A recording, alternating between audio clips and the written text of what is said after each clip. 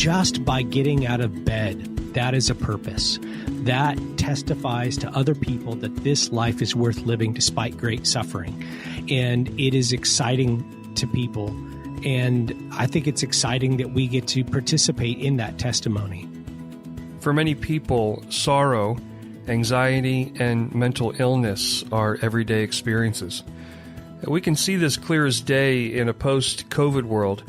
And while we've made tremendous advancements in therapy and psychiatry, the burden of living still comes down to mundane choices that we each must make. Welcome to Restoring the Soul, a podcast dedicated to helping you close the gap between what you believe and what you actually experience. I'm your producer, Brian Beatty, welcoming you to this edition of Restoring the Soul with Michael John Cusick. Alan Noble joins Michael to discuss caring for yourself when you just don't want to, when it's important to rise above your circumstances and put one foot in front of the other. They'll be discussing Alan's latest book published by InterVarsity Press called On Getting Out of Bed, The Burden and Gift of Living. Alan is an associate professor of English at Oklahoma Baptist University and has written for The Atlantic, Vox, The Gospel Coalition, Christianity Today, and First Things. He's also the author of Disruptive Witness and You Are Not Your Own. This is a deeply personal conversation for both of them, and we invite you to join Michael and Alan as they teach us how to steward our suffering. So now, without any further delay, here's your host, Michael John Cusick. Dr. Alan Noble, I want to welcome you to the Restoring the Soul podcast. Thank you. I'm excited to be here. I've heard of you for a long time as a thought leader and as a professor. We have some overlap in some of the circles.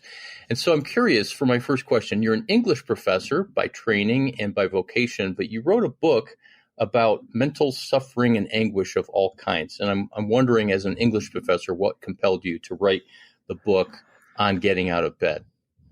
Yeah, well, I mean, for one thing, working with students, it's a topic of common conversation right now that Gen Z in particular is struggling with mental health crises.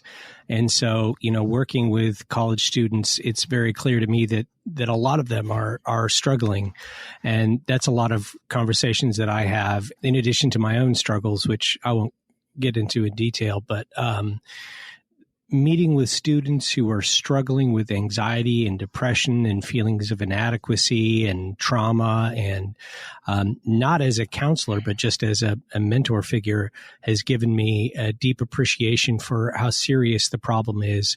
So that was part of the pressing thing. And then, as a literature professor, I read widely. And so one of the things you'll find in my book on getting out of bed is that I quote from various works of literature that helped inform my understanding of mental suffering, particularly Cormac McCarthy's The Road, which I think asks the fundamental question that Hamlet asks and that I pose and try to give an answer to in this book, which is, why live? To be or not to be.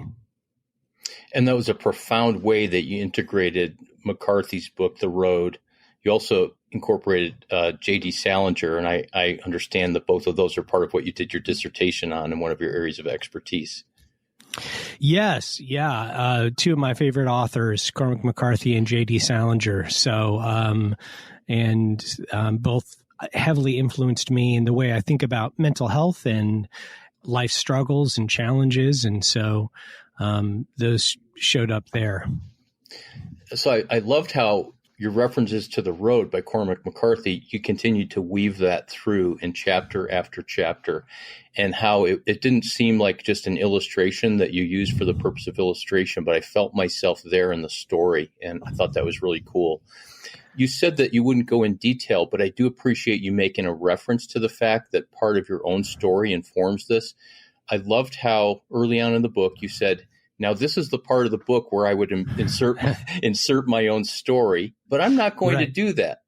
But as a psychotherapist and somebody who's lived with bipolar for over 25 years, page after page, I was like, there's no way this could be written by someone who hasn't walked through some kind of depth of pain that has disoriented your life. So without going into detail, just like, where in your life have you experienced your own mental anguish? Yeah. So I'll just say in general that I deal with anxiety. I won't go further than that, but that has been a serious part of my life experience for the past, 20 years or so. And so that has shaped me and affected my family and my career and my day-to-day existence. And I had some decisions to make in writing this book. I could have written a memoir. I could have, tried to write a self-help book, but I decided instead to write an essay and not really make it about me, because it's not about me. It's about this common human experience that is more common than people like to acknowledge, of mental affliction and what it's like to suffer from diagnosed or undiagnosable mental afflictions. So that's part of what inspired it, for sure. Well, as I read the book, I found myself saying, and especially in the last 2/3, it was just this progressive sense of, this author knows me. He's describing my experience and my reality. And, you talked about a story of someone in a swimming pool who was in great mental anguish and was having to just repeat the Lord's Prayer while they were there, kind of guiding their child in the water while they're learning to swim.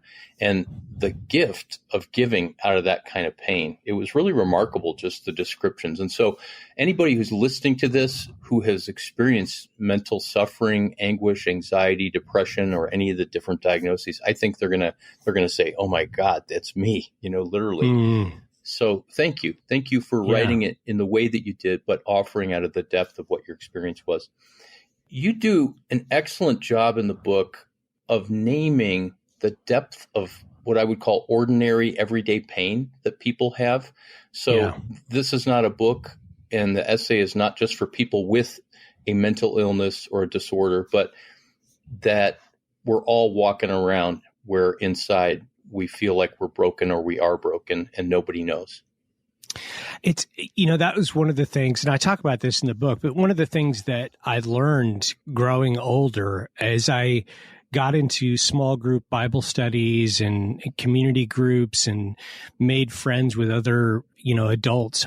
And it surprised me, but I kept learning about these forms of suffering and affliction, these traumas, these experiences, these diagnoses that I had no idea that people were struggling with things like this. And I say in the book, and it's true, growing up, I grew up around a lot of suffering. A lot of my extended family lived very traumatic lives, and with addiction and abuse and neglect and all kinds of problems. And so it wasn't like I was sheltered from suffering. I knew suffering was a real part of human life, but I was able for most of my life, I think, to say, well, that's something that people over there have, just some people.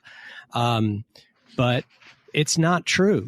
And I think the more you get to know people really well, the more you realize, wow, a lot of people are suffering in a lot of ways. And that's eye-opening and humbling. You also dispel the myth that a good Christian, or living the Christian life, or following the commands, or, for that matter, reading your Bible and praying, that's somehow going to immunize us against great suffering. Talk a little bit about that, and even maybe some of the ways that you experienced that. Yeah, I think Christians experience a pressure to be happy and content and joyful in certain very superficial ways. Part of this, I think, comes from our anxiety about living in a secular world. We feel like as Christians, we've got to put the best face forward. Otherwise, people are going to look at us and say, well, why would I be a Christian? You're still suffering with depression. I'm suffering with depression. I guess that's not going to help me. So what's the point? point. And so I think because of that and other reasons, we get to this place where when you go to church on Sunday morning and you ask your neighbor, how are you doing? Or, you greet them, there's an expectation that you've got to be positive, that you've got to be cheerful, that you've got to be excited, that you've got to be flourishing and happy. And then to add on to that, there's a sense of shame and guilt that you can develop when you have a mental illness, because you feel like, well, if God is who he says he is, then I shouldn't be suffering like this. I shouldn't feel this bad. I should feel joy. I should feel happiness. And I don't. So that means there's got to be something wrong with me spiritually. I must be sinning in some way because I'm not joyful. And, the reality is that our minds are fallen just like our bodies and the rest of creation. And we suffer in various ways. And I think, contrary to our impulse, actually suffering publicly and choosing to continue on and to live life, even when you're depressed or anxious, is actually a great witness to the faith. You're not showing that, Christianity magically cures all your problems. You're showing that Christianity gives you hope, that there is healing. So instead of it being like, if I talk about my suffering, that's bad PR for Jesus, that the way that we the way that we're vulnerable and either out of our pain care for others or allow others to care for us, that's actually the best PR. Yeah. I mean, it's the best reflection of our faith because it's the truest reflection of our faith, right? I mean, Paul's got a thorn in his flesh that he's begging God to take from him, and God doesn't. And I think a lot of people with mental illness can really resonate with that thorn in the flesh, and maybe that's Paul's. Maybe Paul's thorn in the flesh was, clinical depression or something, I don't know. Yeah, I've always pondered that. This is unrelated to your book, but since you also, I read in one of your bios that you studied Charles Taylor. And so one of my best friends did his dissertation on the work of Taylor as it relates to cultural contextualism, actually. And so This is a little bit of a philosophical question, but because we're talking about suffering, I have this opinion that a lot of what we call deconstruction with younger generations, that it's because we don't have a robust practical theology of suffering and brokenness that we can explicitly talk about and that the gospel addresses. And that if we could somehow present that to people in pulpits and in lots of other ways, that it would give people permission to be messy, to be broken, and to say, that's not contradictory to my faith. It's actually an invitation to integrate my faith. What are your thoughts about that? Having written a book on suffering. Yeah, well, I mean, excuse me. I mean, I certainly think that we have a problem with talking about suffering in the church, that we don't do a good job of it, that we don't have a good theology of suffering. Well, actually, I should say there are good theologies of suffering. It's just that we're not communicating them well. Like the church has historically always known that to live is to suffer. It's only the recent church that has lost that sense of things and instead replaced it with this idea that to suffer, you're somehow less than, you're somehow failing. And I certainly think that for some people who are deconstructing, they are looking for a place where they can mourn and weep and be broken and flawed, and they're not finding that space in the church. And so they need some place else to go where they can have that space. I don't know if it's a main cause. I mean, deconstruction is such a wide movement, right? There are some people, I mean, there's just lots of different reasons why people are going through something that they would call deconstructing.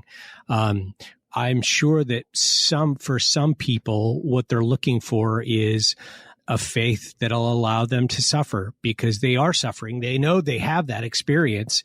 And so what they want is, can you give me something, a faith that makes sense of, that can frame what I'm already experiencing? The answer is we can, but we need to be doing that from, as you say, from the pulpits. Thank you for that perspective. That's it. Just fans the flames of some of my own thinking, and that's super helpful, because as I read your book, it got me thinking about so many aspects of suffering. As I mentioned, I've been a mental health patient since I was 16 years old, and as an adult, I've lived with a number of diagnoses that I frequently talk about on the podcast.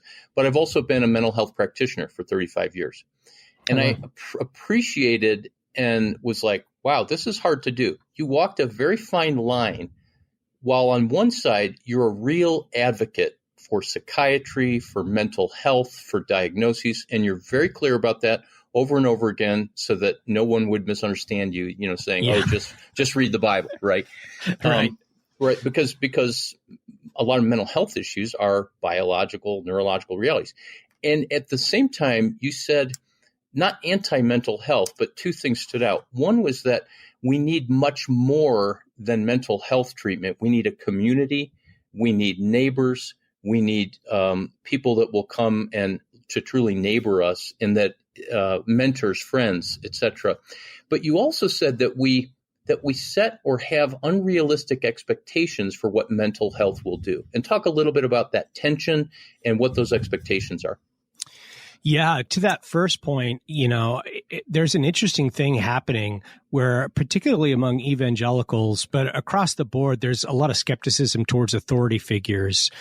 That means that people are hesitant to trust practitioners, trust experts like yourself. And so that's why several times in the book, I'm telling people, no, these are great resources. Take advantage of these, pursue these. This is what you need to do for your healing. And so I wanted to be a strong advocate. But while that's happening, while we have this pressure to be skeptical of all authority figures, there's also a professionalization of what used to be friendship, right? And so some people need to see a psychiatrist or a therapist. Some people need a good friend. Most of us need both, but I wanted to advocate for that too, because there's a way in which we can turn mental health into just a, like another technique, like getting our oil changed or getting a checkup at the doctor, or, just something very formal. And I want to say, well, it's more complicated than that. And that gets to your second point that you highlight that I make in the book, which is that we do have these unrealistic expectations. And I think it's because we have such hope in our medical professionals and in, doctors. And so what we want to imagine is that if we can get a diagnosis, that there's naturally a cure, that there's a treatment plan, which you can have, but that treatment plan is going to lead to a cure. And just, the reality of living with a mental illness is that more often than not, at least in my experience with people I know, it's not a cure that we're working towards. It's living a healthy, sustained life.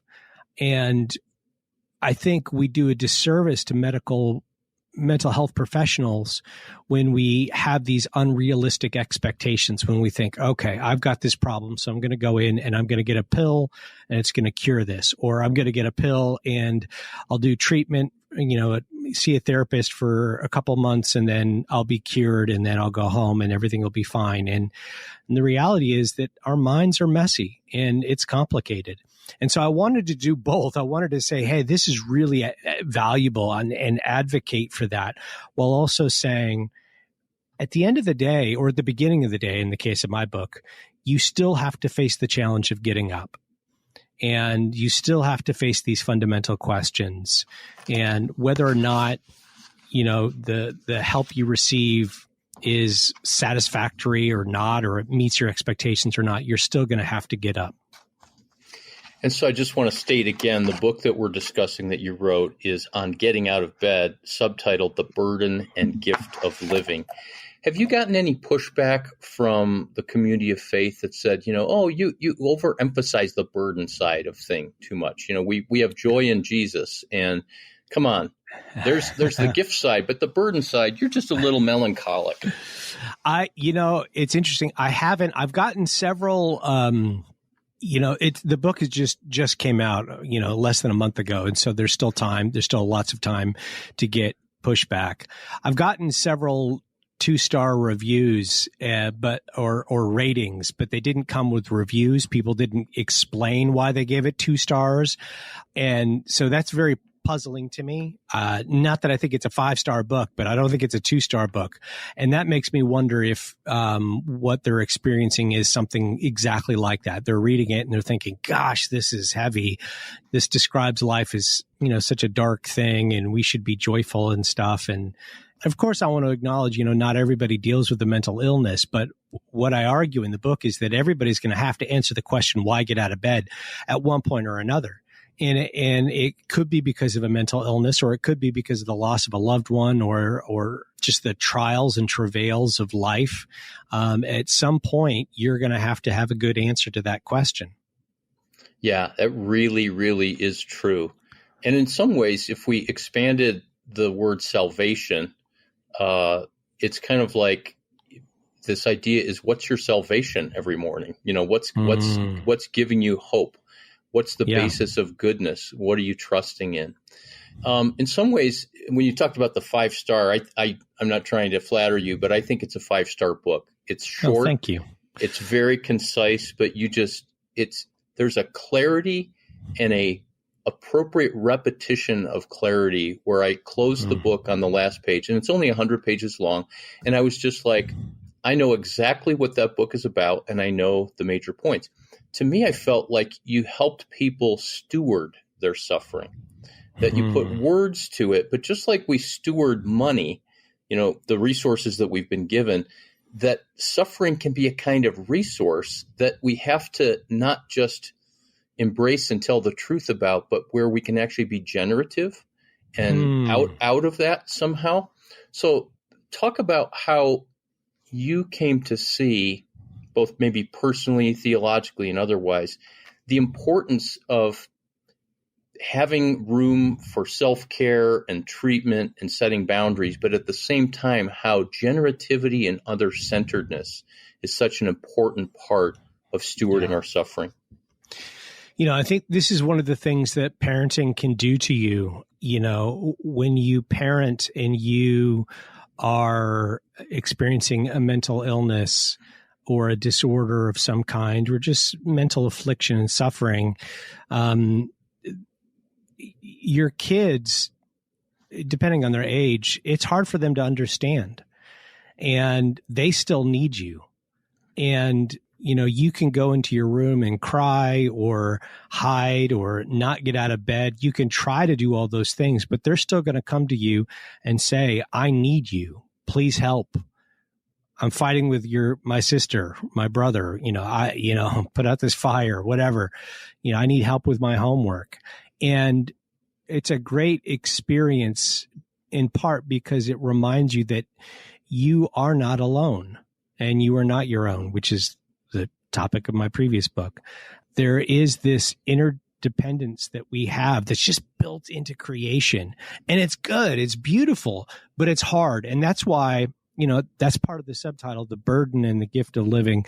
That's part of the burden, is that you are a witness to other people, whether you want to be or not. Like, you didn't sign up to be your brother's keeper. You didn't sign up, to have people watching you, but they are. And they're going to observe how you deal with suffering, how you deal with trauma, how you deal with problems. That's not an easy thing to bear, but it's also a beautiful thing to bear. And one of the things that I've been trying to emphasize to people is that it's beautiful being a witness to others, in part because it gives you purpose. And one of the first things to go when you experience particularly depression is a sense of purpose. You feel like your life is purposeless, that there's no reason for you to go on, that you're not contributing anything to the world. And one of the things that I want to say with this book is, just by getting out of bed, that is a purpose. That testifies to other people that this life is worth living despite great suffering. And it is exciting to people. And I think it's exciting that we get to participate in that testimony. Yeah. Again, the theme all throughout, this idea that you are desperately needed. I am desperately needed to show up in the world. And not perfect, not without anguish, but our presence makes a difference. So to the question of if the book title is On Getting Out of Bed, The Burden and Gift of Living, how do you most succinctly answer the question, why get out of bed? Because a loving God created you and is sustaining you and is caring for you, and you have the opportunity to testify to the goodness of his creation just by getting out of bed. That's what I would say. That's pretty profound. Well, I hope so. Yeah, I wish we could talk about that for just that idea for an hour, and that's really the heart of the second half of the book. Yeah. You talk about this idea of needing to learn to be cared for, and that for many people, they feel guilty if they are a burden. You know, we hear that all the time. Oh, I don't want to be a burden to my children, or I don't want to be a burden to society. But we all know Galatians, where it says, carry one another's burdens, but none of us want to be the person with the burden. But you say that that's an important part of this. Yeah. We all want to be the hero bearing the burdens of others, but nobody wants to be the one who has the burden to bear. Yeah.